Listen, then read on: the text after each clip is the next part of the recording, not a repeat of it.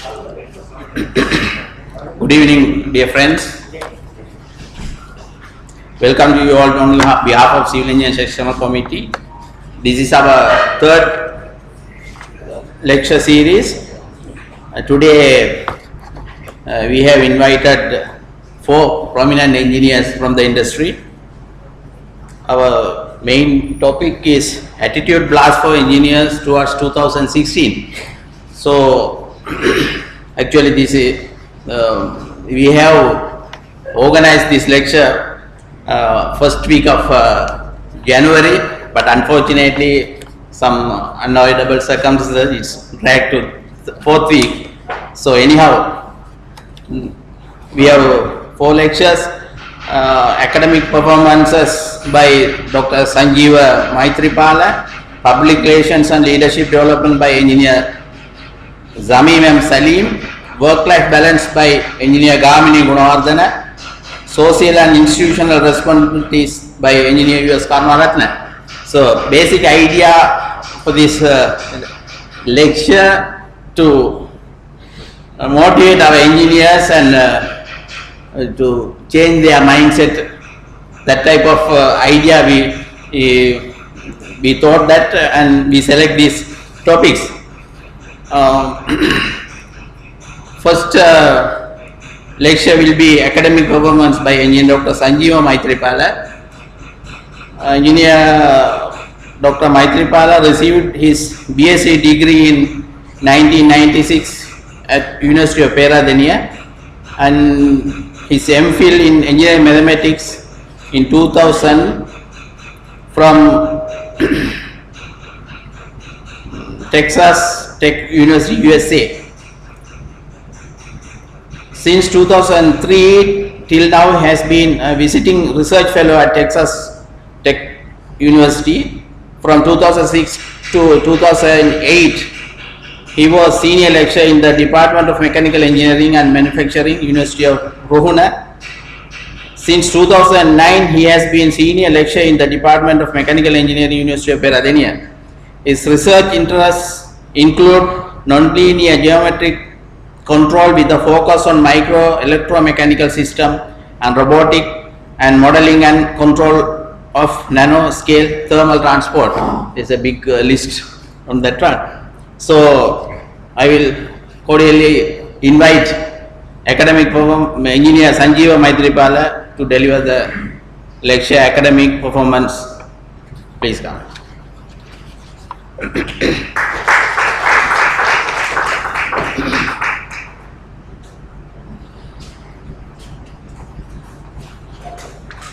Thank you very much for that introduction, and I would first like to thank Lalit and the ISL for inviting me here. So I was given this title, Academic Performances of Engineers, and so what I'm going to do is kind of, I would like to make it a discussion kind of thing from the beginning itself, but I would like to say a few words about what I feel about this whole business. And so first of all, let me begin by stating the assumptions on which I base my views today, and that is basically I believe that the only way to have a sustainable economy or a sustainable growth and developing economy is to have a manufacturing based economy. So I may be naive, but that's my assumption. So I am basing everything that I am going to talk today on that premise, and based on that, so why do I, from my naive perspective, why do I think that we have to rely on a manufacturing based economy? Well, if you right now, I just looked at the World Bank data and looked at the countries that are ranked according to manufacturing output, you find that China is at number 1, South Korea is at number 5, India is at number 6, Brazil is at 11, Mexico is at 12, Indonesia is at 13, Spain is at 14, and Thailand is at 18. Then you have all these developed countries like USA, Japan, Germany, which are technologically, the countries that we accept to be technologically developed are in this top 20. And I found that Sri Lanka was not within the top 30. I did not go, I could not find any sources beyond that. So at least we were not there. So if you look at these other countries like South Korea, India, Thailand, Indonesia, Spain, these are now, right now I think, considered to be emerging economies that are kind of trying to give a fight to the established, well-known, technologically capable countries like USA, Japan and Germany. So, and if you look at the history of development, I am sure Dilip is here, he will be more than me, he will be able to give some insight about the history of this development of technology, that most of these countries seem to have relied on a manufacturing base to come to a certain level. So I am basing all what I am going to say right now will be based on that assumption. So you may agree with it, you may not, but that is what I am going to base my views on. So whenever you start talking about this, so in any forum that I start talking about, well, we should have this manufacturing based economy and without that you cannot progress any further and it is not sustainable and all that, people inevitably, when I am in such a forum, will say, look here, you guys are at fault of that. You guys from universities, academics of engineering faculties are responsible for that. Nobody else. Since 1948, it is you who have, well, if it is there or not, it is you who are responsible for it. Well, the moment we hear that allegation, we vehemently say, no, that is not the case. No, we are not to be blamed, but it is the lack of proper national policy that is to be blamed. So that is our inevitable response to this whole thing. But then again, so I have been in this forum where I have been arguing on behalf of the academics, saying no, policy is what matters. Then again, recently somebody in one of these forums said, who the heck is devising these policies? Who's drafting these policies? Well, we would like to say that it is the politicians, but I don't know who does it. Maybe we as academics of engineering faculties are responsible in some sense. At least I believe so. And a lot of people may kind of want to kill me for this, but so I hope none of my colleagues are in this room. But let me say why I think it is so. So let's ask this: how does a nation go about becoming a manufacturing-based economy or a country? So I think it does not happen overnight. You cannot like switch a bulb and make a country go from one type of economy to another type of economy. Especially something that is like based on manufacturing and production and design and that kind of stuff. So I think it is a habit. It comes out of a habit, and that habit has to be cultivated. It is an attitude. Manufacturing kind of economy is an attitude that needs to be nurtured upon everyone, starting from our childhood. A nation and its people has to take pride in doing this. So you have to be proud of what you make. You have to be, like for example, if you go to India, you would have known at one time which they say Mother India, it's all made in India. They have pride in every single pencil that make, they say Mother India. So it's a culture. So I think you have to develop that. It is not, you just cannot create this thing overnight. So this kind of culture, how do you create this culture? So if you start thinking about this and start looking at countries that have a reasonable manufacturing based economy, you start seeing that there is something common in their formula, and I believe that is education. And education, I think, is the key towards developing this culture, developing this attitude and developing this pride of doing something on your own. Having said that, let's ask this: whether we right now in this country have an education that is conducive to this situation. if we want to have a manufacturing based, production based economy, is our education geared for that? Are we catering for that? At least as far as I am concerned, I think it is not. And I have been, we have been having arguments about it. We have been trying to do things about it in different ways, trying to get people to think about education in different ways. And I am trying right now, a completely different approach and thinking in terms of a completely technological way. So, what do we have? If you look at our education system just from a technology point of view, a manufacturing based point of view, what do we have? What we have is a rote learning education system. What it does is, most of the time, it is exam oriented.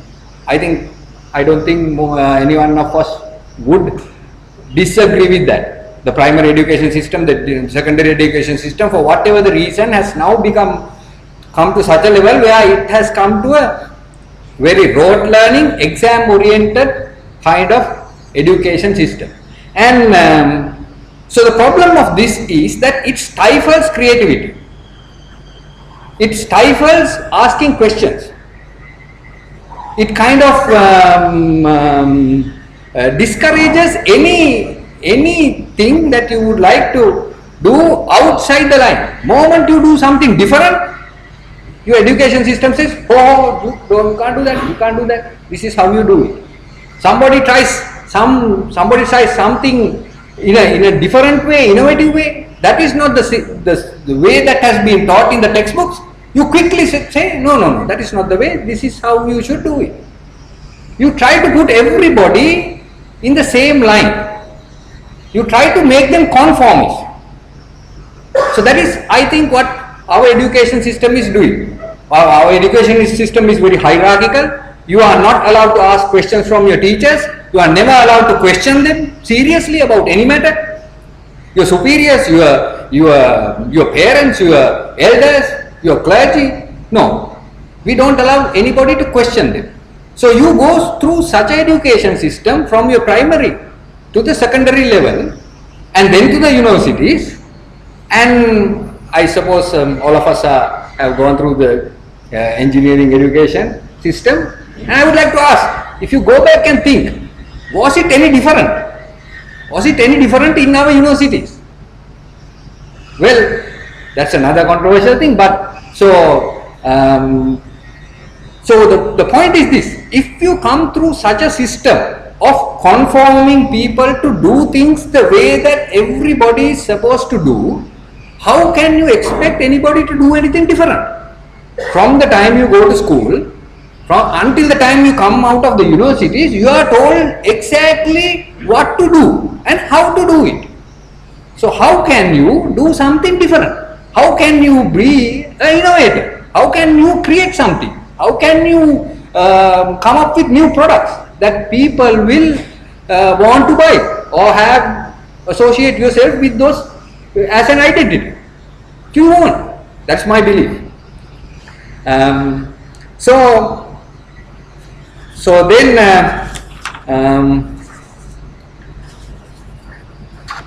we would ask, actually, do we actually even have a motivation to do so?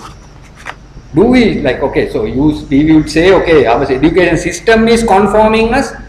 Do we even at least have a motivation to do something differently at the other end? So why would we be motivated to do something different? That is, if our industry is asking for something different. If the industry is saying, look here, you cannot be doing the thing this exactly the same way that everybody else has been doing. We want something different from you. Will you be able to produce something different? Will you be able to put some system that is different from what is existing? Rather than making sure that you run this $100 a year system, can you change it? Do you want to do that?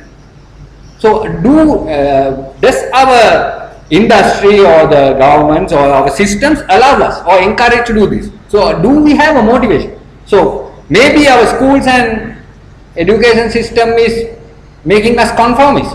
But also I think our society, the industry and everything else is also encouraging us to be such conformists. So under such conditions, I have a big problem whether we will ever become creative and whether we will ever become innovative. So how do you go about fixing this? So this is my, so you may not agree with me on this. So I think there is a problem.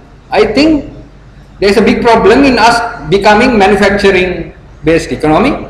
Why? Because we don't have a workforce, we don't have a culture that encourages innovation, that encourages creativity, that encourages people to think different, that encourages people to do things different.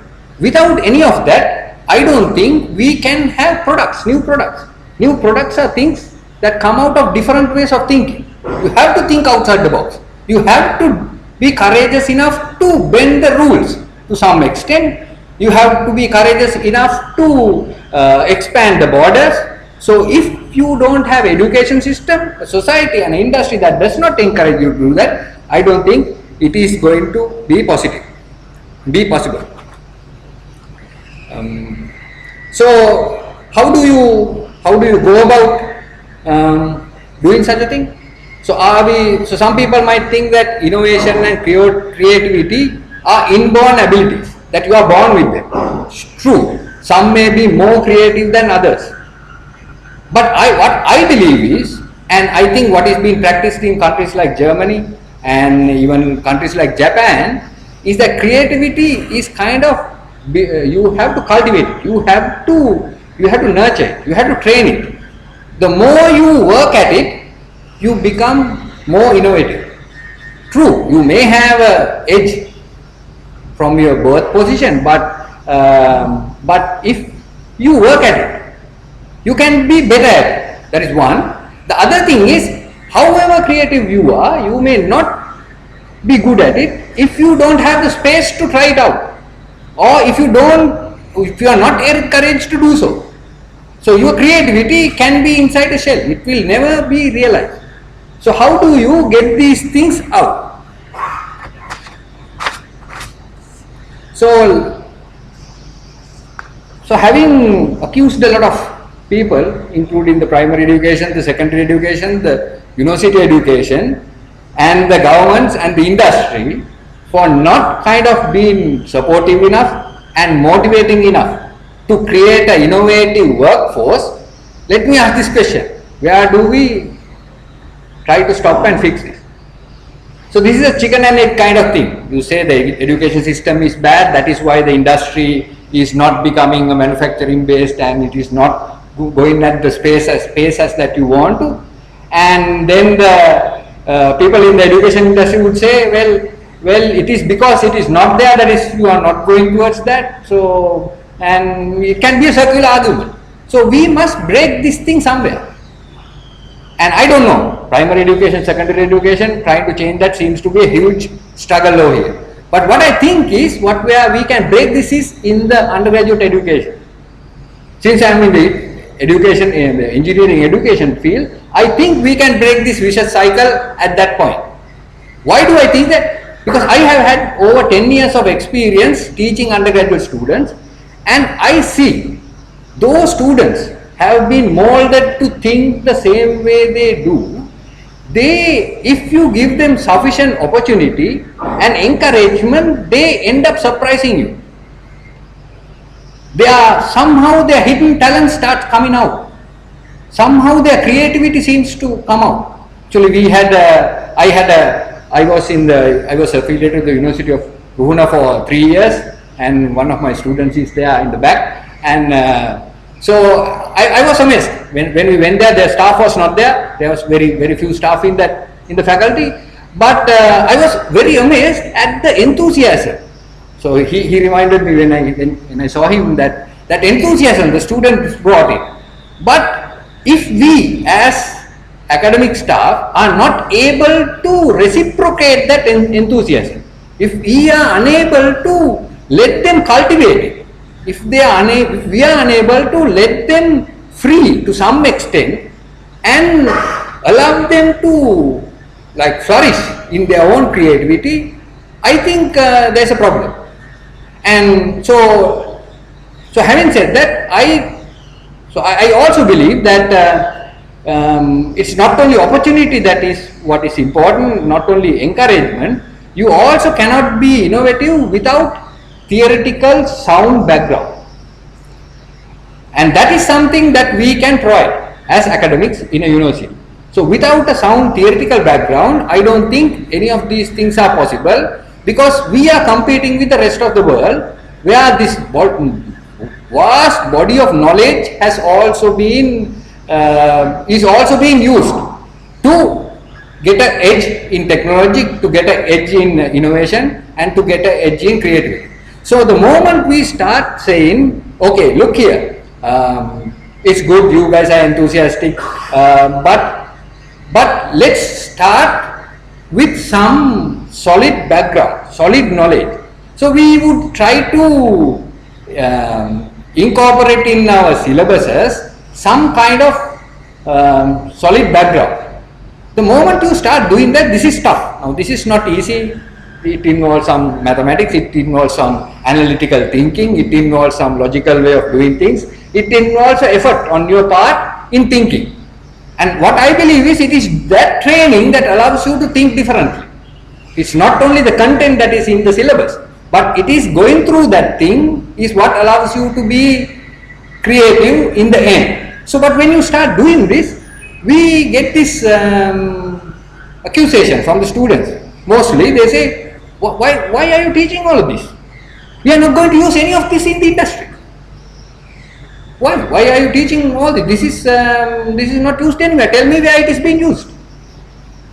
So then, however much I would try to convince, saying that okay, it's not really the content that matters, but the way that you think, they are not convinced.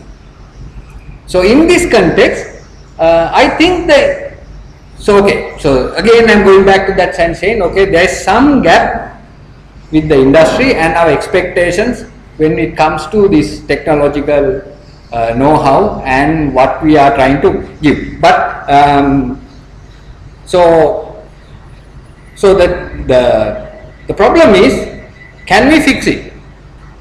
Can we fix it? I think we can, and if we are to do that, we, the people in the industry and the academics in the universities, at least if you are trying to break this vicious cycle at this level, we should come together. One party cannot do it by itself, and I think that is where I would like to come to the topic. I was a little off topic until this point, and what I would like to say is that this cannot be done entirely by the faculties of engineering or the engineering education only.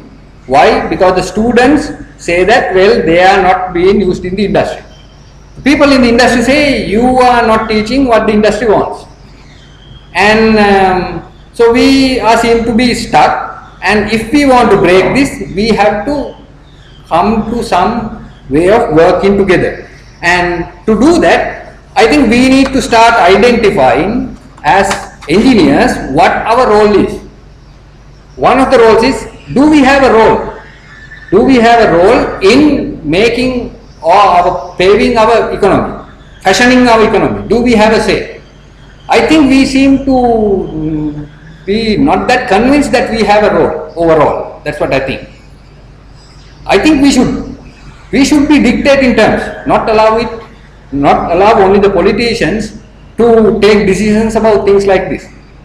So how do we do that? To do that, I think it is an attitude shift that we need mostly. We should believe that it is our responsibility as engineers to make sure that we have such a production based or manufacturing based or innovation based economy. So once you are convinced that we have a role, if we believe that we have a role, then we should start asking, okay, how can we go about doing this? So another thing that I see that as industrialists, what we can try to do is go look for new ways of using technology. There's a lot of technology that is being created quite over the world. Are we using them over here in Sri Lanka? Are we using them optimally? Can we bring it over here and adapt them to suit our condition. So one of the roles that we have as engineers is promoting the use of new technology. So this is called knowledge dissemination. Then the next one is we could also create an innovation based culture. How do you do that? Most of us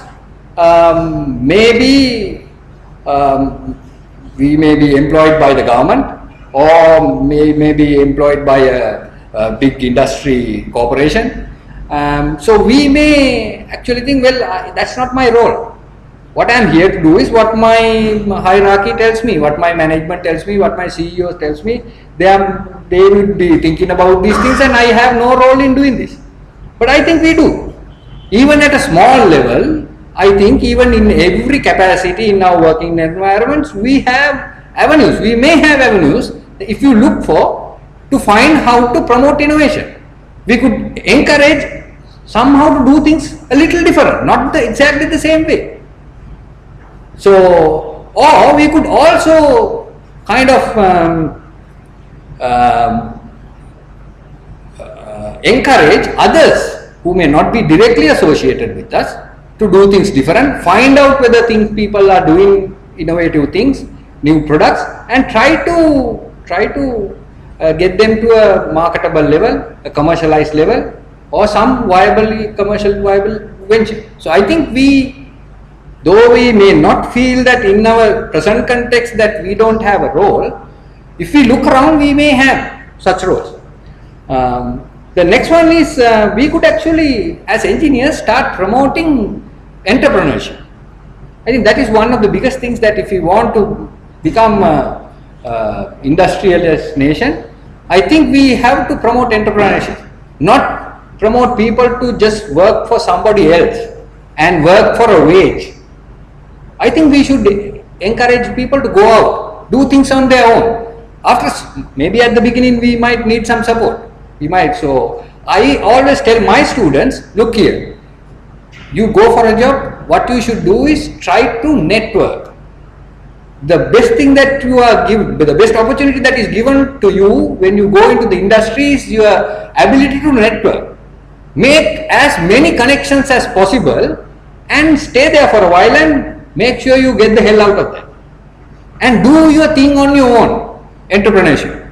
Find a group of people, find a set of investors, find a suitable problem, and do your own thing. So I think we as engineers can promote that.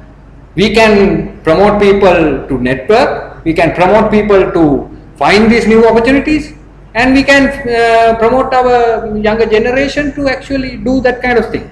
The next one is actually to help create knowledge.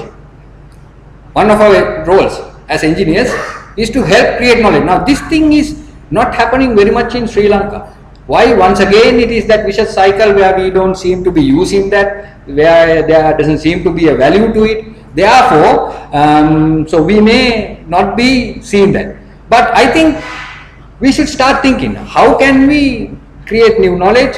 How can we be partners for creating new knowledge and look for such avenues? So doing these things will actually require collaboration between engineers and the academic, the universities. That's another role that the engineers can do. Look for these opportunities, find these connections, bring these opportunities to the attention of the universities and say, look here, there is this interesting problem, why don't you solve it? Why don't you get involved and solve it? And you have to go behind them, and if they are not motivated enough to do them, find a way to motivate them and push them to solve those things, get them involved and create a partnership so that even the students eventually, through their teachers or their academic staff members, start seeing real industry problems coming into the universities and getting solved. And so that's another way. So one of the biggest roles is for us to identify such opportunities, then pursue them and create a connection between the universities and the industries to solve this problem. So all of this actually requires that we continue to learn, not only finish feel that at the end of the graduation that all learning has come to an end. Continued education is the key to all of this. How do you disseminate knowledge? Well, you have to go look for these things. You have to go look and find these things before you can disseminate them. Then if you want to create them, well, that's even a little more difficult, and you have to constantly keep on educating yourself in order to find out what is current and what can be added to make to move a step forward. So continued education is absolute must for us as well as anybody else. In the field of engineering, I think it is more so. And so typically this can be self-motivated. We can do it on our own. We can read magazines, we can go to libraries like the ISL, we have these libraries, we have online facilities. So you can make sure that you are professionally up to date and that you are contributing to enhancing your knowledge on your own. Sometimes this is difficult, and so sometimes you may want to pursue a higher degree, and typically you would like to do it with a established university, follow a master's and something like that. But again, I have this experience where I find it actually that most people really do not, when they go for a higher degree or a diploma, what they really look for is a certificate. It's like you have been burnt out. This is my experience. Like in my postgraduate teaching, I get this feeling that most people really don't come to do these things to further their education, further their knowledge. What you really come is to get a certificate, and so you are mostly tired. You have been working through the week, and you are coming over the weekend with all your personal problems and everything. So I think that is also a problem, and that attitude has to be changed. So these higher degrees, well, sure, for promotions and all this you need it, but they should also be thought of as avenues for furthering your education, your knowledge. And so the third one is actually getting involved in research with the academic field, with academic members involved, or on your own. In your industries, you have your research branches where you start looking for new ways of doing things on your own. And these are ways, I think, these are typical ways that we could think of furthering our education. But I think all of this will contribute in the long run if we want to make a change. So the change that we are envisioning is the following: to create an industrialized nation. If you want to do that, I believe, my personal belief is that you have to have a manufacturing based economy. How do you go about doing that? You need a big attitude change. How do you come about this attitude change? How do you come about this cultural change? It is through education. Now education is a continued process. Education in the primary sector, the secondary sector are highly influenced by what you have in the job market. That's what we have. So but again, the job market is highly influenced by the primary and the secondary and the tertiary education. So it is a vicious cycle. It has to be broken, and where it can be broken is in the tertiary education level. That is what I believe, and that cannot only be done by the education is at the tertiary education level, but it has to be a collaboration between the industry, that is you, the engineers, and us in the engineering faculty. So with that, and saying that continued education is the way to go about bridging that gap, I will stop. And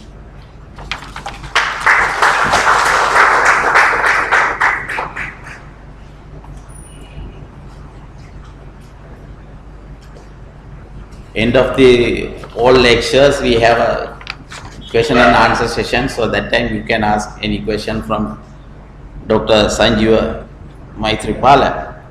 So this is Attitude Blast for Engineers Tour 2016. First blast came. He insists on think out of box. So your thinking should be on the out of box. He touched with our primary education system and his own system he is practicing in the university. So he's one very young blood, I think. So he criticized his own education system also. Anyhow, so you can ask your any doubts or anything after the whole lectures finished.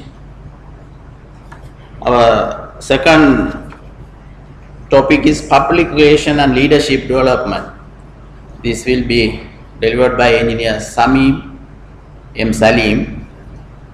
Mr. Saleem followed National Diploma in Technology in Electronics and Telecommunication from University of Peradeniya and passed out in 1982. He later obtained his corporate membership from ISL. He became an electronic engineer with some interesting story behind that. His fascination to the little transistor radio at home inspired him to study electronics at the university, and his dream was to build his own radio one day. I don't know whether you made it. This passion made him a radio communication engineer, and he has worked in this field for over 15 years of his career, spanning 32 years. Currently working as a general manager at Sri Lanka Telecom, he pursued effective communication by joining Toastmaster International as one of the founder members of ISL Toastmaster Club. For the last 15 years, he has helped people from all walk of life to find their voice and become effective communicators and leaders. He has conducted many speechcraft programs at ISL, which has helped engineers to find their voice. He is always with the ISL activities. So I will cordially invite engineer Zameem and Saleem to my word.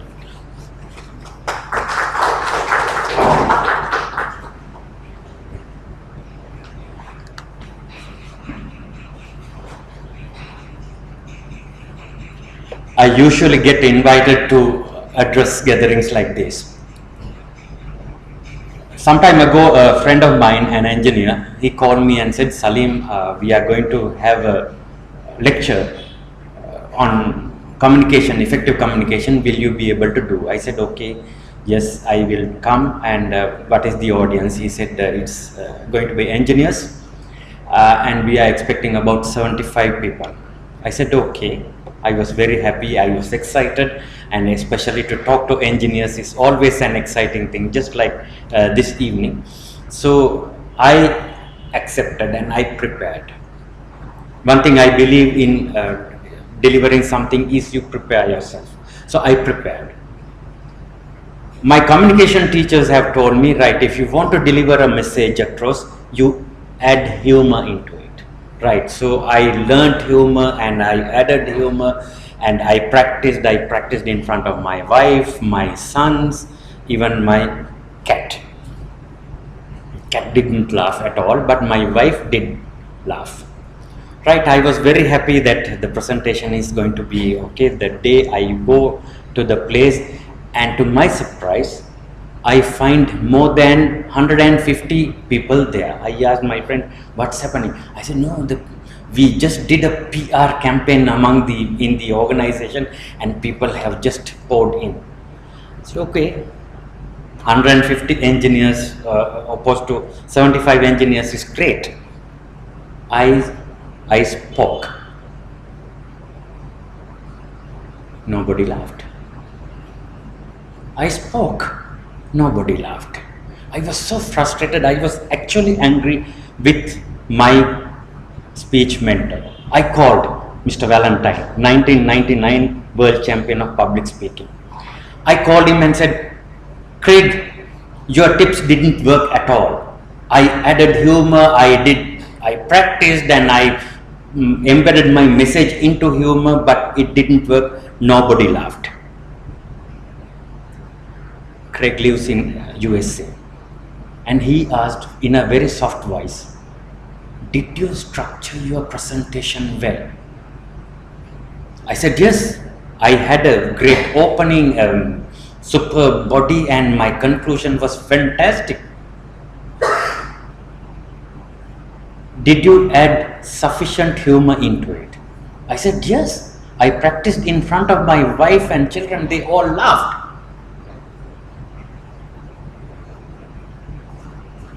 After silence, he asked, were they all engineers?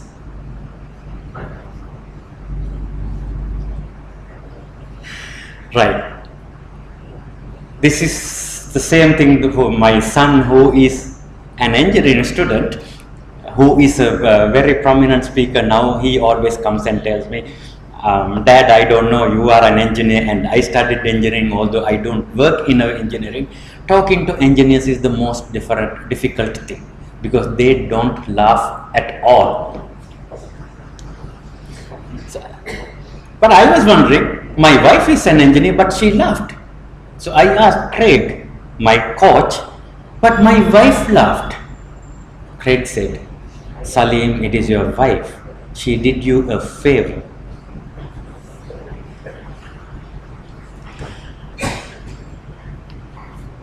Gentlemen, I am very upset to see no ladies in the audience, but my dear engineers, why I got into the field of communication when all my friends started following their MBAs, stuck a little code in my mind when listening to Dr. Maithripala. Right, everybody wanted, they were exhausted, they want another certificate into that, but I thought, let me do something different. So there was an advertisement at IESL in the newsletter Saleem saying that there is a course called Speechcraft. I didn't know what it was, but even by that time, I thought that I was a good communicator. I thought, okay, I will join this Speechcraft program and teach the teachers what communication is, because I believe that I was a good communicator. And I joined, I paid the money and I came to IESL. Then I realized all what I knew about communication was wrong. Because from university, I used to teach my friends and I used to go and take classes. I could get up on a stage and teach anything for hours and hours. One whole day session I can do, particularly if it is about radio telecommunications. Yes, that is my field. I can go on talking. I thought I was a communicator, but when I joined this Speechcraft program, I realized that I am not a communicator. What really happened was, right, okay, we studied in our schools in our own language. I studied in Sinhala medium, and we come to university, and all of a sudden you are put into an engineering English teaching environment. So when you are in an English teaching environment, just like Dr. Maithripala said, we don't ask questions. We just sit there and with the only intention, okay, let me somehow get through the exam and go and find a job myself. That's exactly what we did.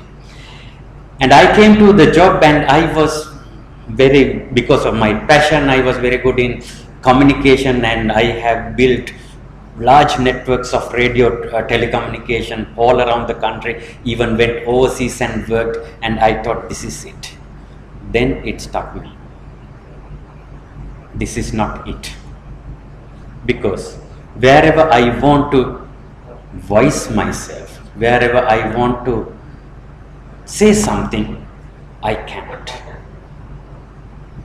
Because there was something, a big barrier between me and the other people where I wanted to get across. I could not get across, mainly because I was not confident enough to communicate. When I followed the Speechcraft program, I realized, my God, why did I get so late to learn this craft?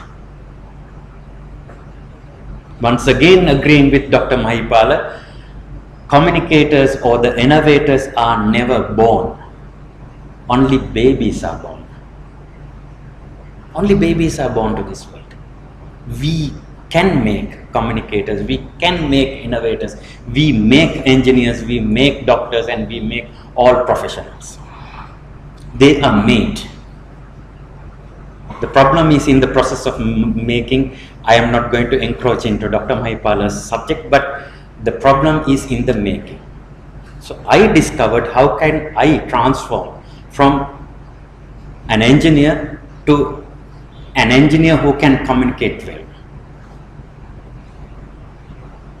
I learned how I should structure my communication. First lesson in communication I learned. The first lesson in communication is to listen. How many of us do listen to the other person before you speak? I learned that art at IES. Then structuring your speech. How do you add the proper word and proper sentence structure, and where do you stop and where do you talk?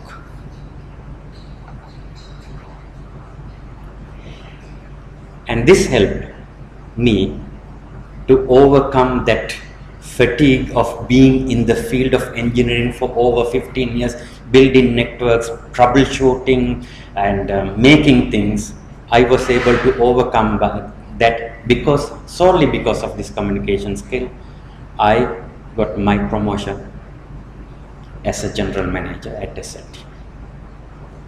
Not because of anything, only because I was able to communicate effectively. And that has definitely brought me good things to my life. It has enhanced my life, enriched my life, and at the same time, it has created a lot of animosity also towards me. And I take it very positively. I really love that. Sometimes people don't like to talk to me because I know that they fear talking to me, because they know that I can communicate well. So we as engineers, the whole society of engineers, where do we lack? Is in the field of communication.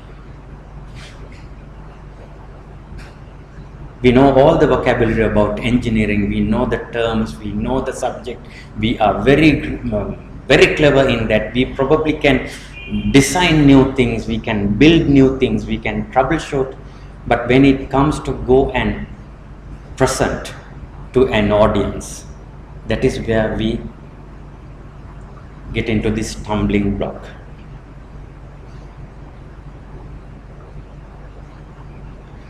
That's exactly is the problem that we get across as engineers in the planning stages of the government, whatever it is. We once again, like Dr. Maithripala said, our involvement in the stages of planning. Yes, we get involved. I know engineers, eminent engineers from universities, the professors, they go and they get involved because at that level they have some kind of communication skill there and they go and push. But can we push enough at other spheres, other areas? Can we stand out as engineers among lawyers, among politicians? Can we? Probably yes, with doctors we can, because I know there are so many doctors, they know their subject well and they are very good doctors, but when it comes to communication they are not that great. Engineers are also like that. I think sometimes myself, the cream of the society, the best students that this education system produces, the best students, they all end up in either in the medical faculty or in the engineering college, engineering faculties. And the mill of the education system molds them and they create, okay, whatever the system it is, you create and send engineers out. We have great engineers, but they lack in this field. So as a new year resolution for 2016, what I urge all of you is to embark on a new field. Learn the art of effective communication. what is public relations. Now, some people I know, they go and learn the theories, because we engineers, we love theories. We like to read a book and say, read the guidelines, and follow those guidelines very diligently. The other day, a person was talking to me on the phone in the morning. She called and said, Saleem, can I talk to you for a while? I was a little bit busy. I said, no, I'm extremely busy now. Can we talk later in the evening if it is not urgent? That person, the lady who spoke to me from the other side, sounded very polite, and I know that she is an expert in public relations. She had learned this art and she knows every theory about public relations. She said, okay, Saleem, don't worry, I will call you sometime later, maybe in the evening, if it is not disturbing you at all. The public relation gimmick, right? If it is not disturbing, if I am not disturbing, I'll call you in the evening. And at the end she said, have a good day. I said, okay, you too. And the call ended. It was in the morning. Later in the evening, I get the call from the same person. Evening around 8 o'clock, I was at home. After my wash, I was just lying down on my bed, reading a book or doing something. My wife was on my side. Quite naturally, I was at home. So I received the call from this person. Hello, Saleem, can I talk to you now? I said, yes, I can. Am I disturbing you? I said, no, you are not disturbing. Please go ahead. Are you sure I am not disturbing you? I said, yes, please go ahead with it. No, too much of public relations, you are trying to be too polite. So once I have said, yes, I can talk to you, why don't you go on? Right? This is what I was thinking. In fact, I didn't tell these things to her. This is what I was thinking. So too much of theory. And at the end of the conversation, what she said, okay, Saleem, then we will do it sometime later, and have a good day. In the night, around 8:30, she is telling me, have a good day. All out of practice. So what I urge all of you is, yes, we must learn theories, we must practice theories, but we must do it in a sensible manner. The public relation is important to us to create our brand as engineers. We have to brand ourselves as engineers with public relations, and for that we need the communication skills. So where can you get the help? The help is at your arm's reach. Toastmasters Club at IES. I urge all of you to come and join, because that is where I have seen hundreds of engineers coming there and molding themselves to become a good communicator. I am not saying an excellent communicator, because this is a skill you got to keep practicing. Then only you always become better and better.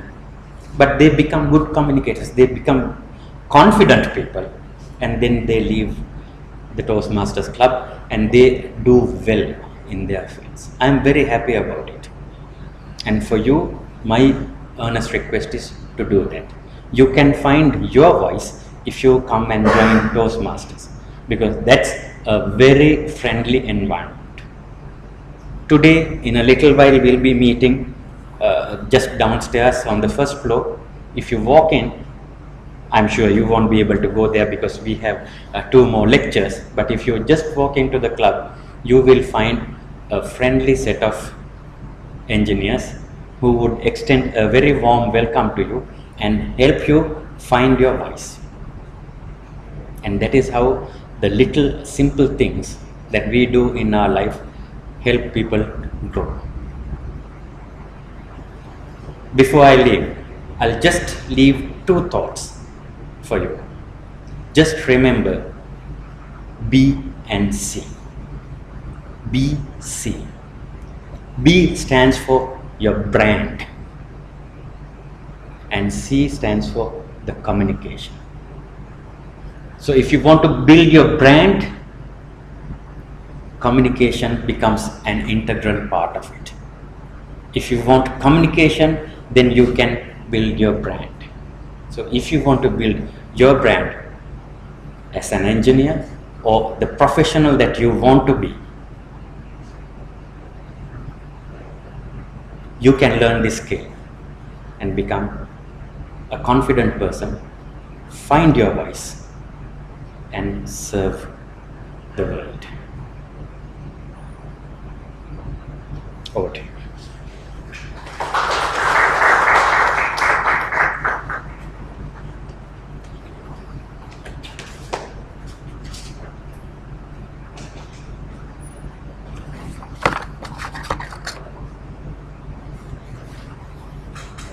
He marketed his Toastmaster club also, but that is the other way. It's helped us. I got 2 points from your lectures. Listen to others, learn art of communication.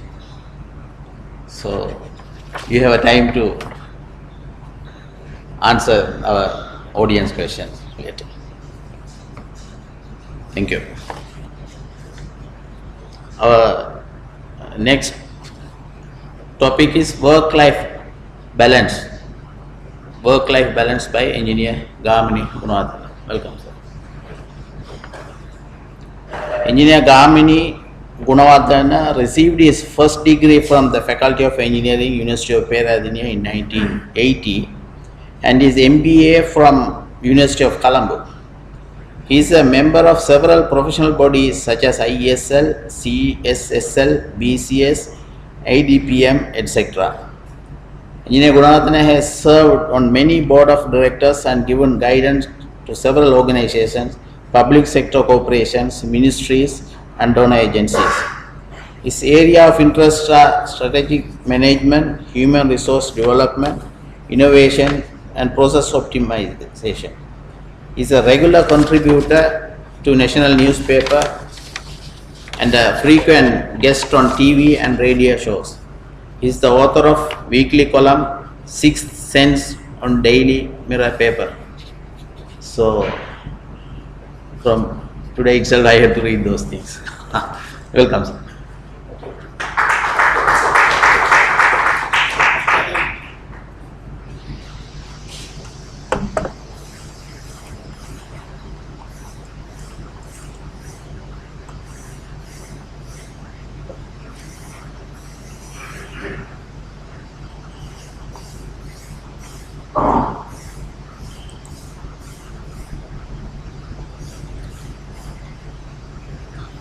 Good evening. The topic given to me is work-life balance. But I have changed the topic. Is there a work-life balance? Well, this is the question or the details we may have to share within next half an hour. First, being engineers, what is a balance? Before we talk about work and life, why do we need balance? To bring in what? If there is no balance, what will happen? Sorry? Not in equilibrium. So you need balance to bring in equilibrium. How do we bring in equilibrium when we are working in our working environment as well as in our personal life? Personal space. So this is the question we have to answer. Very simple thing. Lot of people, they may go into the nitty-gritty details and say, okay, you identify what is the work that you have to do, put down the list and then you put what is the personal things that you want to do and put down the list and then see how to compromise and then shift the here and there and agree on what you could do. But why don't we go into the basics, the principles? Most of us, we are used to always when we get somebody to see the moon, they don't see the moon, they look at the finger. So you can't find solutions. So this is exactly where what is happening when we talk about work-life balance also. Why do we have to work in the first place? I need some answers and introductions from the audience. Why do we need to work? No answers. We don't know why we are working. Come on, you all are seasoned engineers and I expect you all to give rational, acceptable answers. Let me share with you what happened to me on 2000, year before last, 2014, December 31st. I was at the Faculty of Engineering, University of Peradeniya. I was addressing the first year student, 450 students. With no disrespect, I am sharing the facts. I asked a valid question because what my mission was to create their vision for 2020. They were entering the university in 2014. So I asked them, how many of you all wanted to be engineers and came to the Faculty of Engineering University? Not a single hand went up. You won't believe, not a single hand went up. Then I tried to make it easy. I said, you know, sometimes the peer pressure comes, sometimes the parents' pressure comes. For example, take me, I'm one good example. I never wanted to be an engineer, but my parents pushed and said that you must be an engineer. So to satisfy that need, I became an engineer. Then I asked, how many of you all, because of like that, some reason that you wanted to be an engineer? Maybe about 10 hands went up. The rest, they are clueless why they became engineers. So I don't expect the same response from this erudite audience. Right? So why do we have to work? Some of us, we have, yeah, please. Okay. Obvious reasons. For living, you want an income. That is one reason. What else? Sorry? Sorry, I can't hear you. Respect, okay. To earn respect, you have to work. How many of you are likely to earn respect, you have to work? If you work as a professional engineer, yes, you can earn respect. But just being an engineer, you might not earn respect. Right? For that matter, there are so many people, those who do some work, they don't earn respect. They don't get the acceptance from the society. Right? So the first obvious reason is you work because you should have a way of living. What else? You want a comfortable life. Right? Now that is why most of the parents, they want your children to be either doctors or engineers. Especially that was so strong when we were small. Probably now it has gone down. And I never pushed my children to do engineering, and none of them became engineers either. So what this comfortable life is? That is where the definition comes. What is this comfortable life? A life that is comfortable to one of you might not be the life comfortable to me, might not be comfortable to someone else.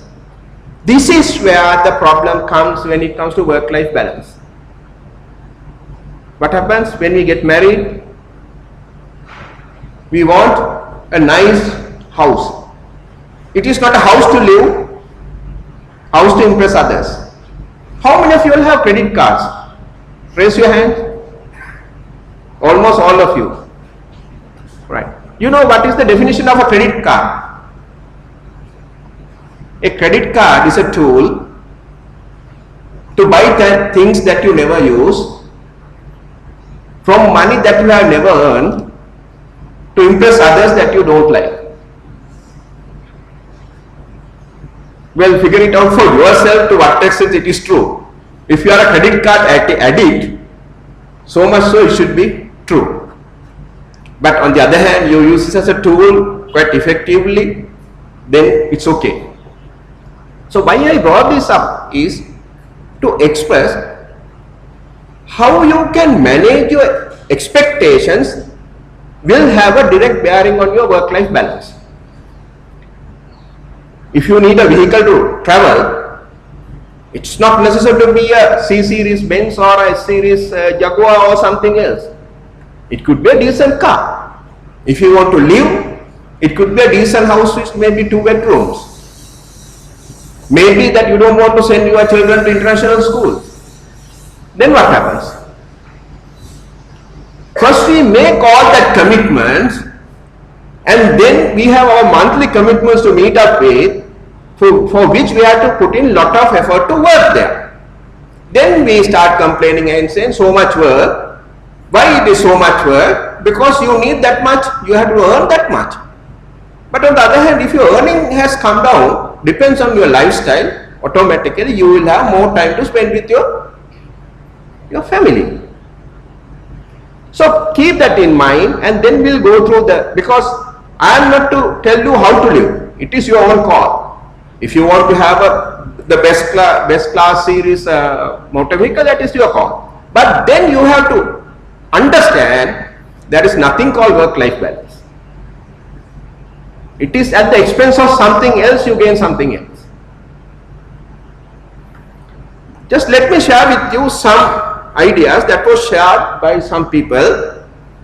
Having it all means having the same work and family choices that men do. It does not mean having everything you want. No one has that. Then there was another definition. Don't ever confuse your life and your work. The second is only part of the work first. I neither am agreeing on to any of those things, no I am opposing to this. I am just sharing different perspectives. I'll share with you my perspective at the end. It says you have to understand there are two segments, your life and your work. The second is only part of the first. How you want to live your life, which will have a bearing on your work. When work is a pleasure, life is a joy. When work is a duty, life is a slavery.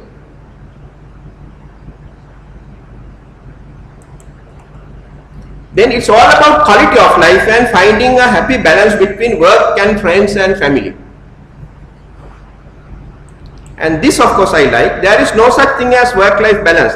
There are work-life choices, and you make them and they have consequences.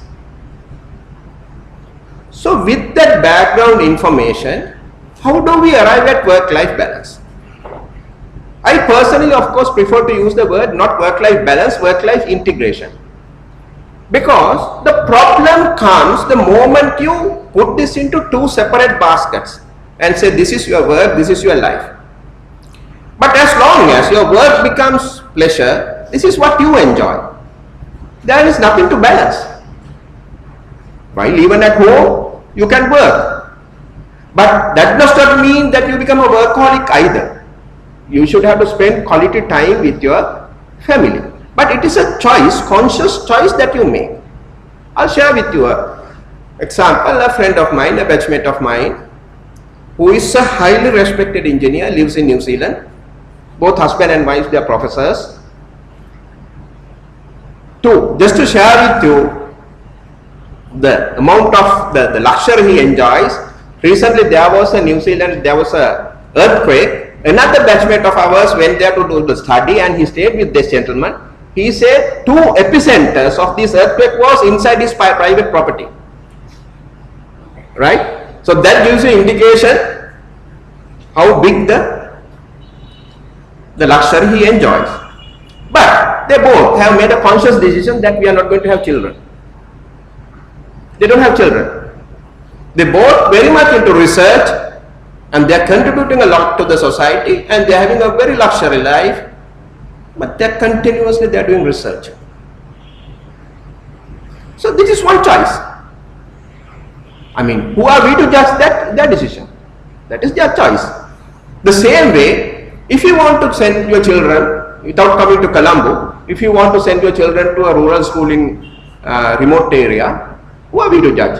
In fact, if I am given another chance, I will not send my children to Colombo schools. Because right now the technology is developed so much. The only thing that you will learn from going to a Colombo school, which you will learn probably better from rural schools, the human interactions and the teamwork and the social skills. Whereas if you want to learn skills, knowledge, you don't have to send them to Columbus schools. So what I would like to say is there is nothing called work-life balance, it is work-life integration.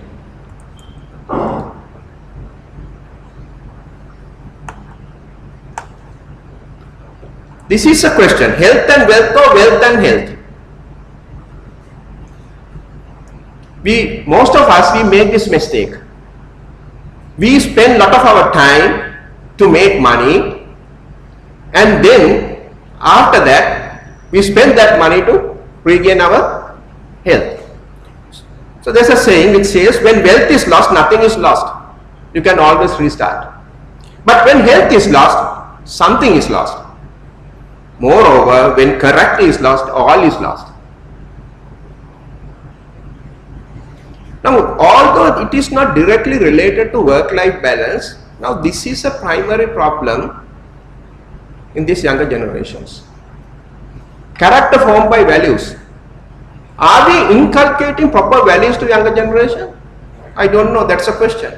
We are criticizing them, but again, we forget that when we point one finger to them, 4 fingers are pointing at us.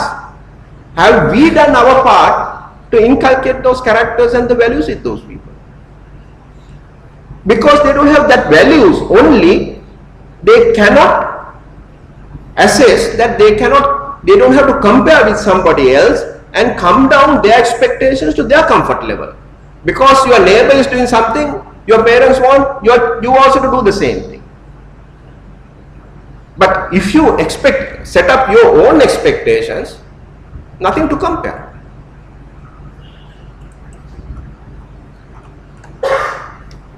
So, what we should look at is not a question of balancing life. What we should look at is how to manage your life. That is what is important.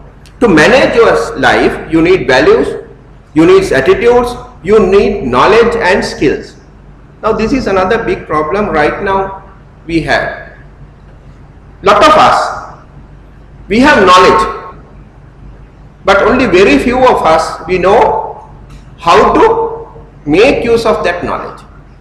Is knowledge power? Is knowledge power? How many of you all think knowledge is power? Raise your hands.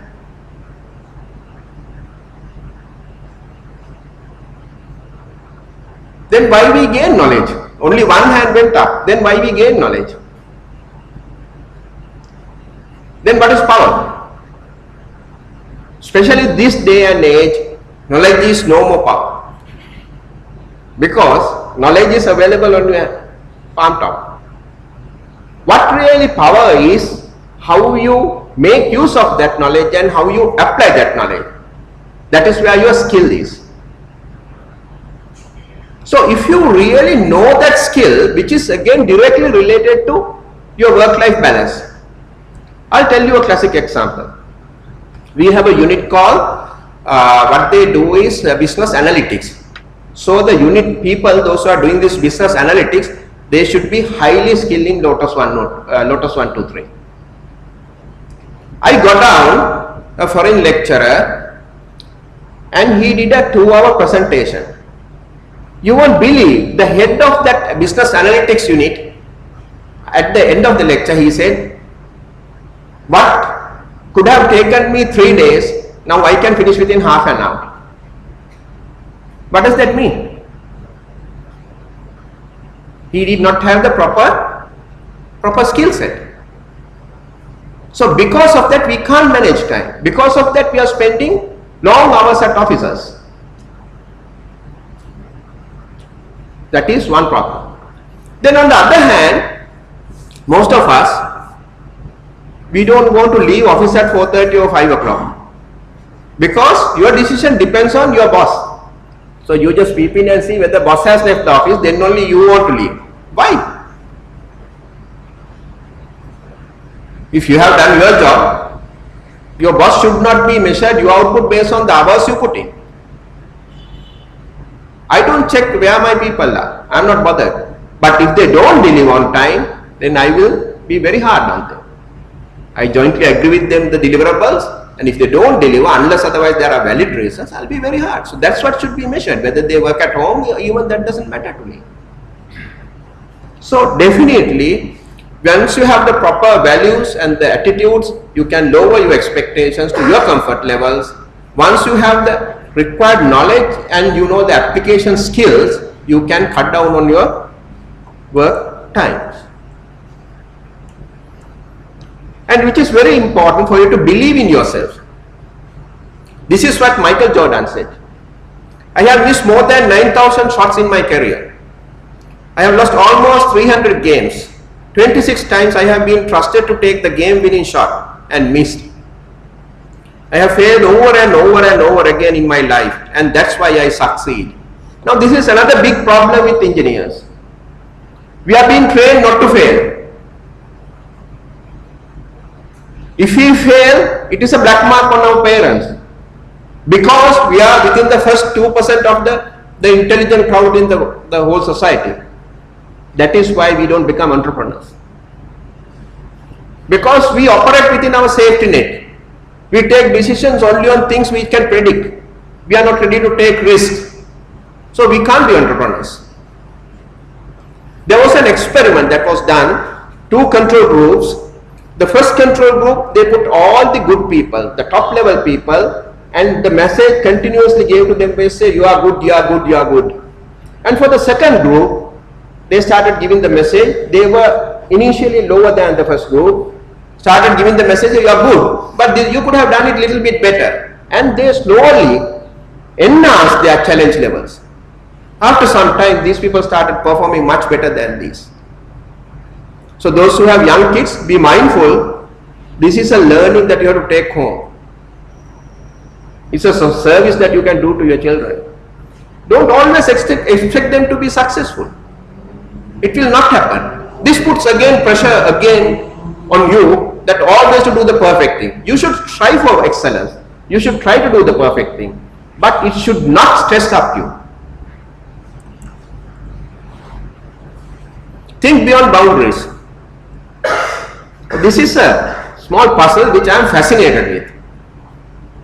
How many of you all can connect these 9 dots? Right? Condition is you can lay your pencil on the paper. You cannot raise your pencil until such time you draw all lines. The number of lines that you can draw is 4. With 4 lines, try and connect these 9 dots. Have you done it before, Saleem? No. I want somebody who has not done before to say how to do it. For you, I can give you another challenge. Try and connect this with 3 lines. If you can do that also, I'll give you another challenge. Try and connect this with 1 line.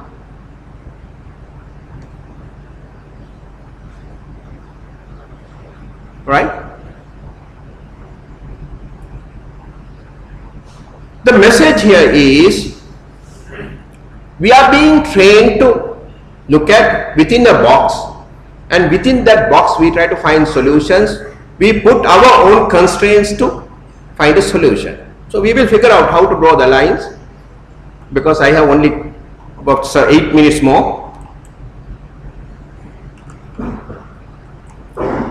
You need to develop your skill set. What the skill set is depend on the level where you want to be. You can be a person who is very much transaction oriented, or you can be a person who is transformational focused. If you draw it in these axes, all this has a relevance to the time and the effort that you have to put in where you want to be. That is why I am sharing this. Right?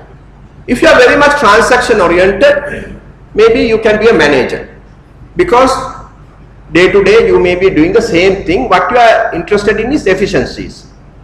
But if you are supposed to bring in change to the organization at the senior management team or at the board level, you are supposed to bring in transformation to the organization. Then you have to think beyond the boundaries. On the other hand, there are visionary leaders. They don't go into transactions. None of us are here are visionary leaders in that sense. They basically look at, like the religious leaders, that category. They look at how to transform people. On the other hand, you can be just a contributor. Neither you are transactional, nor you are transformational. Maybe, for example, the BP operators or your payroll clerk, they are the people, those who do this type of work. This will have an impact on where you want to develop your skill set and where you want to invest your time. So having said that, when your life is life of wheels, you are in trouble. Then only you talk about work-life balance. But if your life is a wheel of life, these are the elements.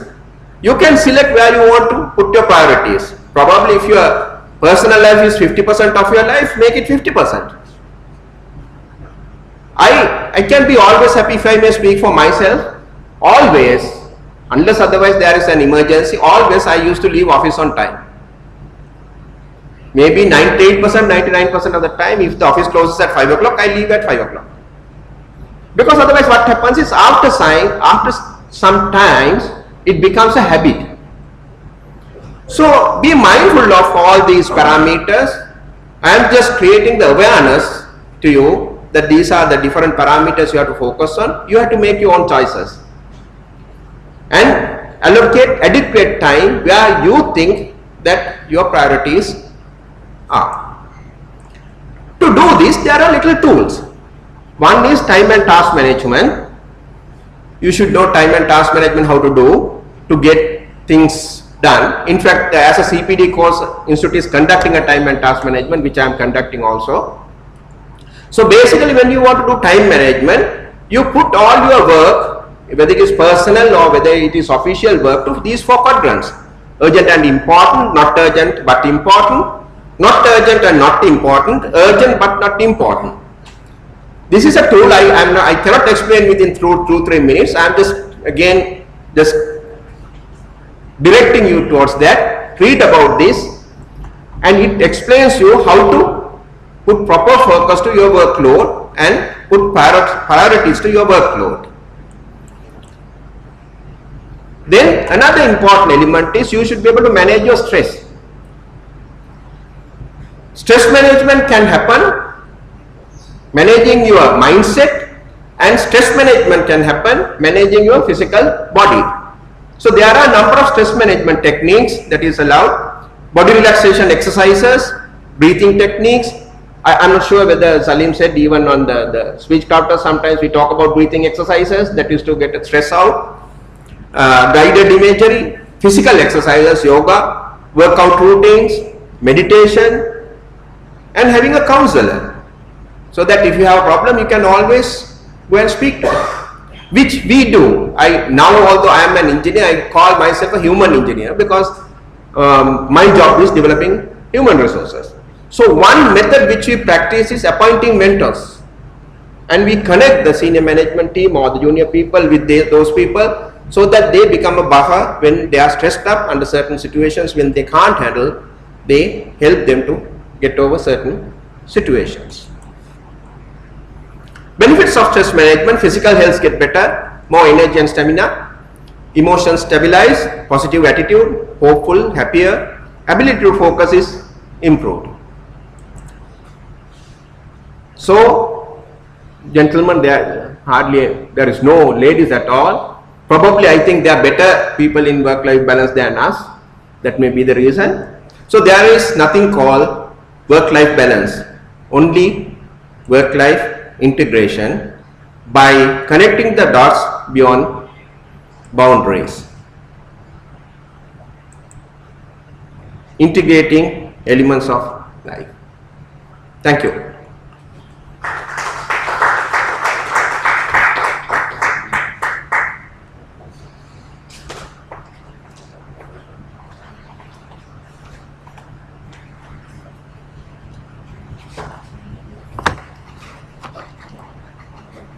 For a balanced work life, Engineer Gunawardena taking us to different channels and give some valuable ideas. Thank you. Our last lecture topic is social and institutional responsibilities by engineer US Karunarathne. His initial is a US. His definition is different, but his ultimate skill or strength for engineers who are working under him is a very good motivator, good engineer. Engineer US Karunarathne graduated in the field of civil engineering from University of Peradeniya in 1991. He is a fellow of the Institute of Engineers, Sri Lanka. Presently, he is working in Central Engineering Center Bureau (CECB) as the team leader of the consultancy group for 800-bed teaching hospital for Kothala Defence University project at Bokundar. He holds following post in CECB apart from his present engagement: AGM EPC Works Western Province, consultant for EPC Works, technical auditor. He has experience in working in various capacities in many infrastructure projects over the last 25 years. He is also a visiting lecturer for ISF College of Engineering at Colombo and University of Vocational Technology at Ratmalana. I hope his presentation or lecture will be a very interesting one.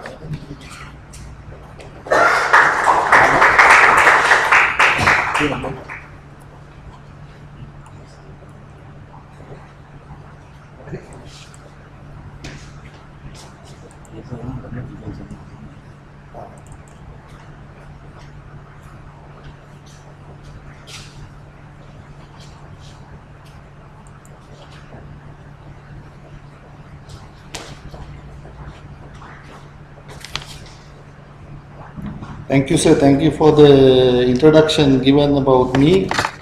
I am US Karunarathne, India Street, not United States. I was born in Saturday, early morning. My father came and see me, and he gave the name Udaya Sri. So that was so simple in those days. But nowadays, that you still spell the name, find it very difficult. Things are becoming better and better. I don't know. Okay. So the topic given to me by Pallegama, this is regarding to speak or to share my experience related to social responsibility of an engineer. You know that Pallegama, I have purposely omitted the word institutional. If you consider the social responsibility, it covers the institutional aspect as well. That is why I have omitted purposely. Thank you for his efforts. That brings you here today, and I would like to say first, you all are more responsible people to me at this moment, because you all have come, giving up your valuable time, postponing your valuable work, because you have considered that this event is take you to a more responsible status. That is how I consider. So your presence, I would at the very beginning, I would like to appreciate your presence here, without whom we will not be able to are we going to talk to these chairs. And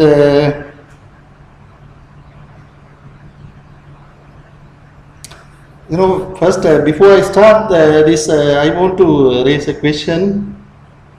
I think most of us are, graduate engineers. When did you first feel that sense of responsibility in my work? A simple question I am putting you. After the graduation, just after the graduation, when did you first feel that I am doing a responsible work, or some kind of sense of responsibility in your life? Yes, sir. About 4 years. Yeah, you say it is about 4 years. Exactly. That I expected some to say around 2 years. That in the charter examination also you get the experience 2 years and responsible experience after 2 years. A person, when he is accustomed to his work, only with that they continue to feel the responsibility. Okay, this is the point where you start thinking as a responsible engineer. So then only you cultivate the, what is called this, what is this responsibility? Responsible engineer. Okay. And the other thing that I wanted to, elaborate, the air we breathe and water we drink, and wherever you see here, everything is engineering. Everything is engineering. Chairs, the presentations, lights. The now sun is setting. If there is no comfortability in the night, everywhere we are responsible. Unlike a doctor, unlike a lawyer, unlike an accountant, everywhere we are responsible. If the AC is not working here, mechanical engineers are blamed. If the light level or the lux level is not enough, electrical engineers are blamed. Like that, if the flow is slippery, civil engineers are blamed. Everywhere, every bit of thing. If I have to say it in Sinhala, Patavi Apo Tejo Vayu Siyaluma Deval engineering කියලා කියන්නත් පුළුවන්. I don't know whether I think you can understand. Excuse me if you cannot, I will be using both languages. Everything, every bit of thing in the life is related to engineering. So that is why where the engineers are more to be more responsible to the society. Okay, so that is what I wanted to build up the scenario here. Why we are responsible. Why we are responsible? I think we are responsible than a doctor, because everything, everywhere you get engineering. Okay, with that I am going to start my presentation.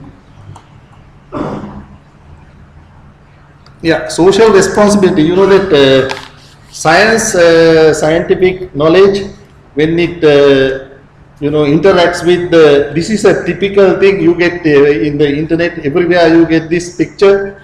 Social needs, when it interacts with the scientific knowledge, the engineering comes out. Okay, nowadays that there is a huge traffic problem.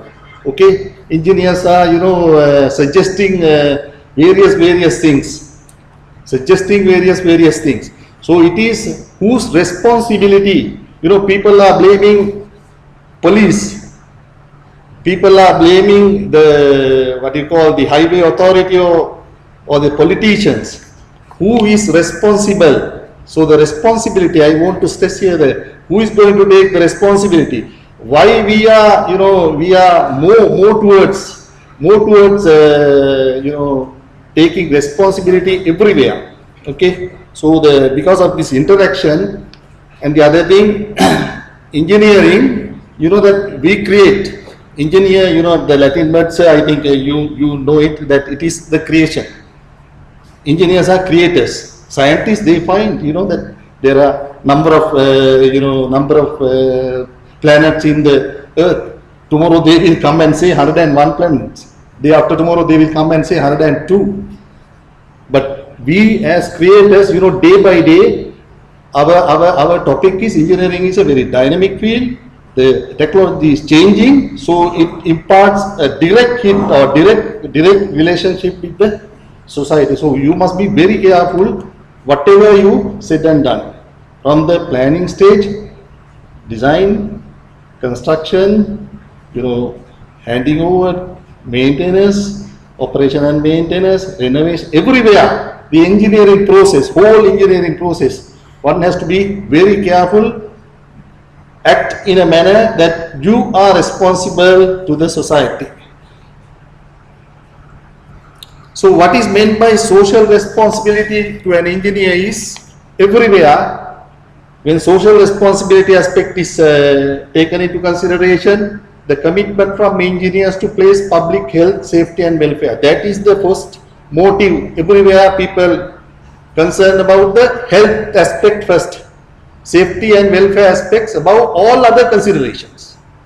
Okay, then take into account and show due regard for the consequences of engineer's conduct. That is what I said. From the beginning, from the planning stage to completion, not only the completion, you will have to think how the maintenance of that element is going to take place. So this is where we are lacking. We don't consider the maintenance aspect in the design stage, never. Okay.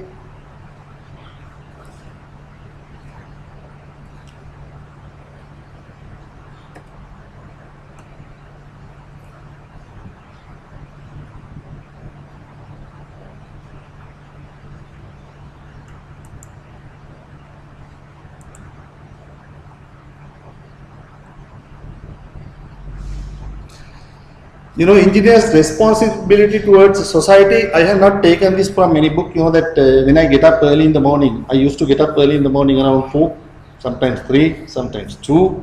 I have a sleep of around 4 to 5 hours. So yesterday and today morning I started writing until the last minute what is to be incorporated in this. So all are, I think, original thinking, but no one can say that I am the creator, I am the original thinker of this. Why? This universe, everything is there. You get from here and there. It is here. So if you want to create something, like correctly said by Dr. Maithripala, if you want to have that creation, you have to work for it.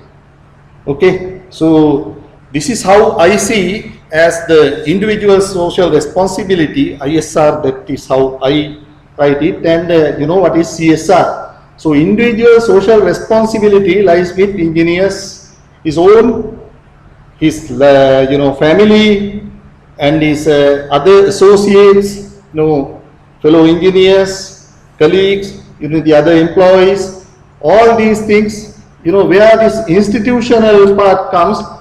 When you work with your other engineers, the other employees, the institutional responsibility comes. Okay? In the personal thing, it is individual, your family life, it is a personal responsibility. So when you consider the client and the public at large, so the CSR component of, it is a popular word, corporate social responsibility appears. So individual social responsibility is the self, yourself, including family, the nearest local communities, and towards fellow engineers and employees. How you can carry yourself, is a statement of who you are. This is a general statement I have taken from a quote. How you carry your life, it is given, that in the life balance lecture, Dr. Nanda said, that your way of working or your way of thinking takes you to where you are. Okay, that is what I wanted to stress here. Individual social responsibility, responsibility I have put to two parts. One is the physical development. By the physical development, what I want to say here is, without health, I consider these days number one aspect is health. Even you have number of PhDs, for what reason? If you are taking this much of skill every day. Pills every day. What is the purpose of having the life? Number one to me is, to you it is one part, sir, in your presentation. To me it is number one, you have to have a healthy life. But engineers, that it is a responsibility. It is a responsibility to, have a healthy life. Then only you can deliver. Okay? And for the physical attributes, like having a car, yes, of course, having a good wife, having children, having this and having that, yes, physical development. But to be responsible, to have them in the correct way, we will discuss how those things are very physical development to be. But what I want to stress here, the intellectual development or the physical development here, contains the intelligence also. Intelligence or the knowledge. How much you are knowledgeable, how much you are intelligent may not be sometimes valuable if you don't have developed, if you have not developed the intellect. Intellect is completely different from intelligence. The engineers must see that they are building up their intellect. It is not collecting BSc after MSc after PhD after DIC. No. It is the intellect that matters finally. I firmly believe that personal development leads to institutional development. If you have the responsibility of developing yourself in the correct way, the institutional development, no one want to worry about. Even though that I say like that, for institutions we have corporate goals and everything. So before that, you have to be responsible person to you. Responsibility towards the workplace. This is how it came to my mind. The subordinate role. When we were in subordinate role, how the responsibility of us as a subordinate, and when we are in decision making posts or roles or as a boss, how the responsibility. Individual social responsibility in subordinate role. This is one of the basics that I have learned from my guru. There is none other than Dr. Kulasinghe.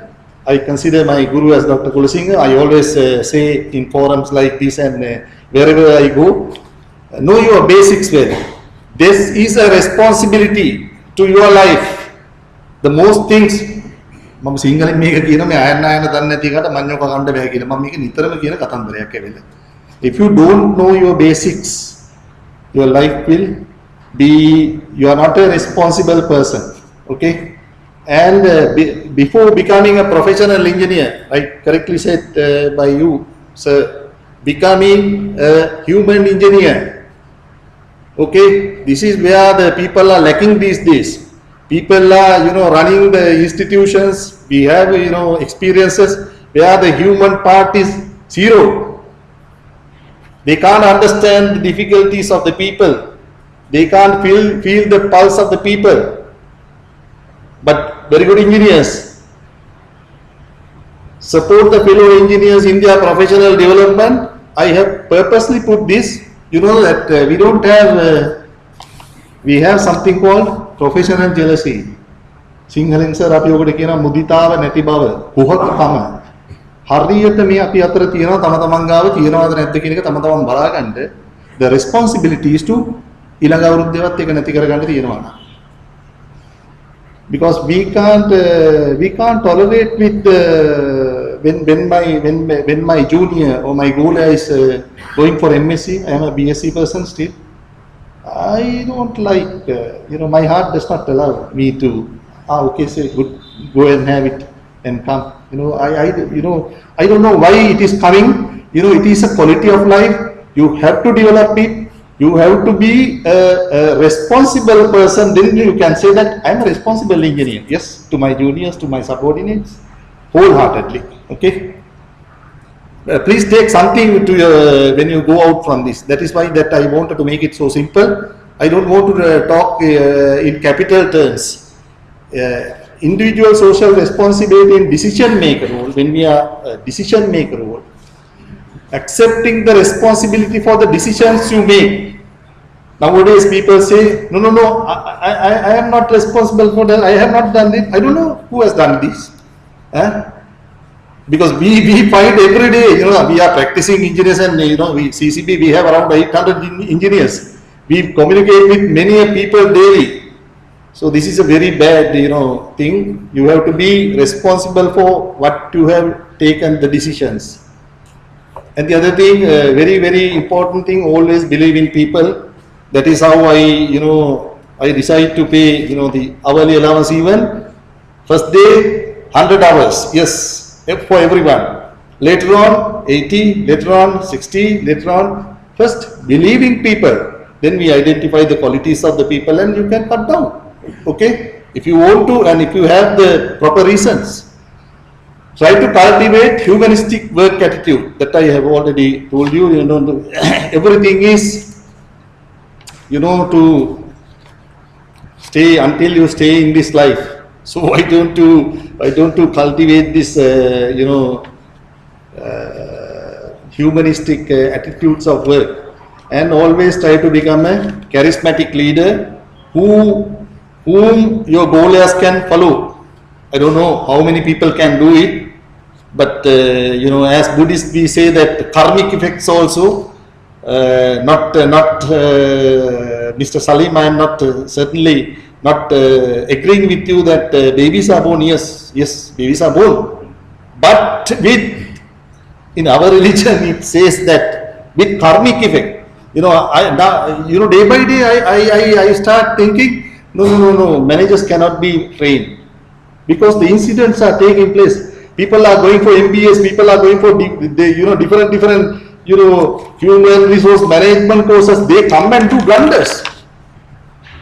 So it is a conflicting thing. So I start thinking, yes, maybe that this cannot be done. It is a born managers. I don't know. It is my personal view.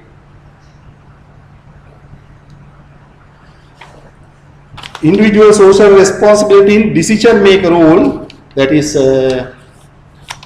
when you become a boss after your charter, like, you know, pay special attention to the graduate engineers. You know, this is a area where we do not very much concentrate about. But the thing, you know, that if you remind your career how you started, your first boss, most of yours, the first boss is the boss. Most of yours, I don't know. To me, that is the scenario. So you must be very careful. It is a responsibility of you to pay more attention on the just passed out graduate engineers. Pay necessary attention to the training and welfare needs of the subordinates. That is also, you know, due to our culture or this thing, you know, that we are not we are not worried about our training also. So how can you worry about the training of the other people? So it is your responsibility to educate yourself while, you know, getting the other people also to your level. Check that every decision taken are in line with corporate goals. You know, this is also people that people don't know what is your corporate goal or what is your institution heading towards in the next 5 years, next 10 years. At least you must have a understanding and try to take decisions in line with it. That is a responsibility of an engineer. That is how I see it. Try to bring out at least 5 goalias, yes, who say that my guru is. Guru can't say that these people are my goalias. No, it should be other way around. You know, that goalias should come and say, yes, you are my boss, sir. Because when a person is getting highlighted, certain people are claiming that he is my goalia. No. It should not. It should be the other way around. Goalia should come and say, yes, you are my boss.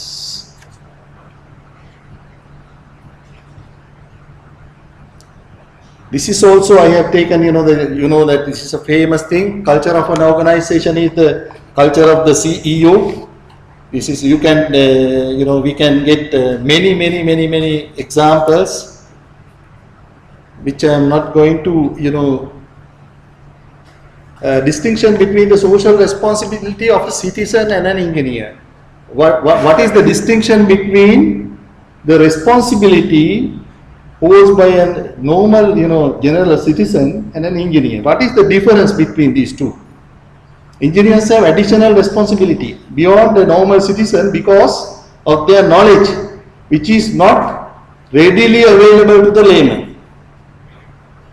අපි නිකන් නිදහස් අධ්‍යාපනයේ පිටින් විශ්වවිද්‍යාල වලට ගිහිල්ලා ඉගෙනගෙන අපිට ඒ දැනුම ලැබිලා එතකොට ඉතින් අපිට කියන්න බෑ මේ අපි ඉන්නේ සාමාන්‍ය ඔයාට වගේම මටත් අයිතිවාසිකම් තියෙනවාට අයිතිවාසිකම් නම් තියෙනවා but responsibility from our part is more. That is how I see. Engineers have a much greater responsibility than average citizens with respect to use of scientific knowledge. Okay, that very normal thing happening in the industry. I'm a civil engineer. Always masons come and complain. This design is done by the engineer mahatya meka kalla thiyena sir meke kambi wedi ambata kambi wedi meke avilla. This is a normal very usual scenario happening everywhere. But one thing you will have to keep in mind that engineers have a much greater responsibility. That is why that we are using codes of practices. We are using safety factors, okay, because that we are thinking ahead of something. Okay, maybe that Mason Basunle that he sees that due to his previous experience that he can come and say no, this is enough. But the other side, you must be able to defend him also. Defend yourself. Yes, if you have done a design, why not you defend? Before the mason says that this is enough.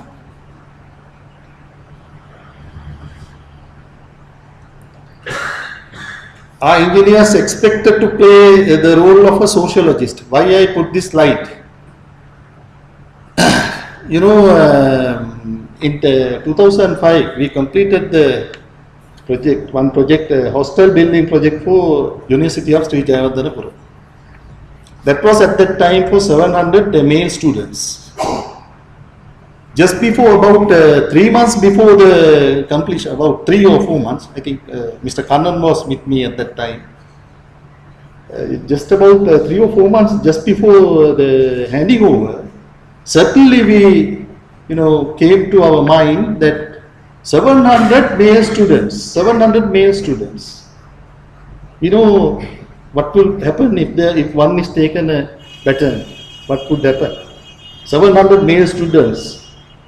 It is a very, the consequences will be consequences. The decision of the consequence of this engineering thing. One can argue that the architect has to take the decision. That is a wrong decision. To there will be definitely a calamity. So suddenly there was a very good vice chancellor, Professor Narada Varna Surya, a gentleman, a pure gentleman. To me, one of the best vice chancellor I ever met in my life in the professional career also. He instantly said, no, we should not have this hostel for males. We must have it for females. And you can remember,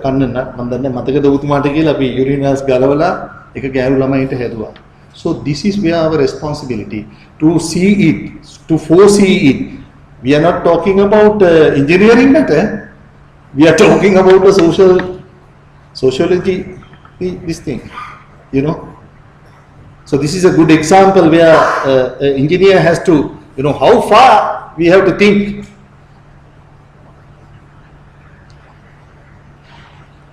CSR, of course, you know what CSR is.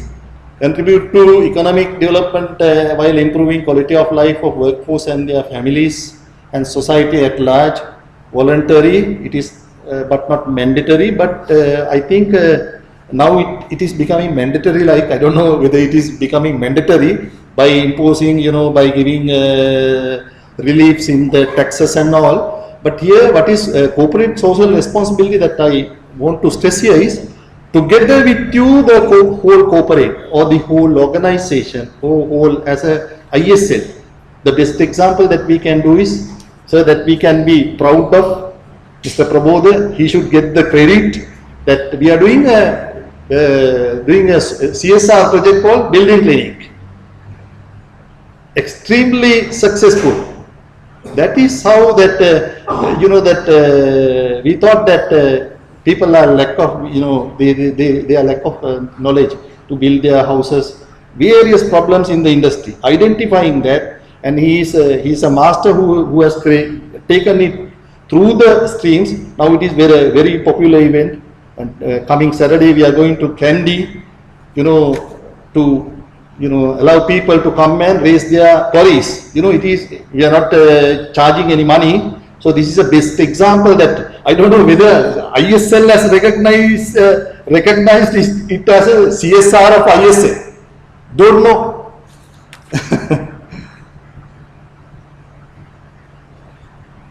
Rationale for social responsibility of engineers. Many code of ethics of professional bodies. If you go to IEEE or ICE or IC here this IESL or whatever, specify responsibility to protect. That is a paramount. Health, safety, and the welfare of the people. Okay. So it is precedence over the others, private interest, employers, or your professional interest. Health, safety, and welfare. Few examples of social responsibility of engineers. These are few examples. Ensure the safety and well-being of the public. Ensure the public funds and resources concerning technology. This is I have specifically put design optimization. People nowadays, they don't take care of this one. Where do you get a design optimization? In my organization CCP, we can. I'm as an additional gentleman, as a responsible person, I say most of the time, maybe due to the workload or due to the urgency of the project, we are not going for this design optimizations. So how can you deliver to the society the optimum use of resources for the maximum benefit of mankind? How? Think of this. Refusing to work on a particular project or a particular company. We can say, no, you are damaging the now green material, green industry, green, everything is green now. So you can say, no, I don't want to work here. Because you are not making green, making brown everything. So I don't want to work. So you can refuse it as a responsible engineer. These are the events that can take place. Examples. Speaking out publicly against the proposed project. Okay. Rejecting, so these days that SIPA India, I don't know. But we can publicly, yes, because we have a right. Why we are worried about? Rejecting any form of gifts which will influence decision making. This is a very dominant thing. But you will have to be very careful when things are taken. When things are taken. Recently only that I will quote that also. Recently, I also got this. Around 2-3 months back, we are working with Chinese people. I am the team leader there. So I was using this telephone. That was quite enough for my work. Okay. So, but the Chinese leader, the team leader, he came and he always may say, no, this is not good enough for a team leader. I say, no, this is enough for me. For you, it may be different because you are communicating with the other people. So I said, no. Then one day, he suddenly brought this and kept on my table. Okay. It was there for 3 months. It was there for 3 months on the table. So finally, I had that we normally take decisions, round table decisions. I am a firm believer that 1 + 1 is 11, not 2. I am a firm believer when two people get together, there is also a responsibility that many ideas are generated, many. Okay, so we discussed, and finally, with the consent of these people, they said, yes, you take, boss. Then I took. Can't help. But in my life, I have never ever taken throughout these 25 years, I have never taken I have never taken a single. Because I have that courage to say, okay, we can distribute among our staff. That is what we do every time. This time also we got couple of things is distributed among. That is how we see that we must be an example to the others. Like that what I have shown the other people the path. That is more important to me than taking this stuff home. Okay.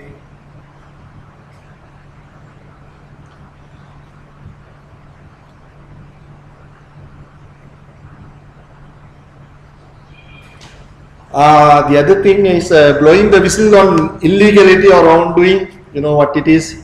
Professional bodies to provide protection for whistleblowers. I don't know whether ISL, nowadays ISL has also transformed into a different thing rather than in 10 years or back. I think that ISL is also doing this thing, safeguarding the whistleblowers.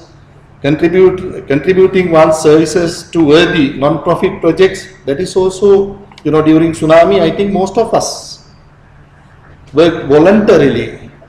That is a social responsibility. Keep in mind, always not money. Okay. University commitment to educate future engineers about their social responsibility. Nowadays, people are coming, you know, earlier the people, you know, all people coming from the universities are like very cheritu now other Kaduna. So it is very difficult to communicate with them and say something to them. Okay, they will take it in some other form. Maybe that the entire society is going in a different direction. Voluntarily assume the task of educating the public about consequences of various technological and scientific developments. Okay, so that is your responsibility. You can talk to public, no harm. Commitment of engineers to design and develop sustainable technologies. And this is the final slide. I think this is a firm believer. I believe this thing. Intellect overcomes the intelligence. With that I say, Ayubowan, thank you very much.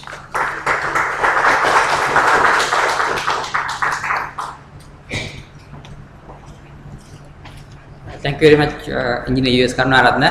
I think as we planned, there will be a small Q&A session, maybe about 15 minutes. So I'd like to invite all four speakers to the stage for about 15 minutes.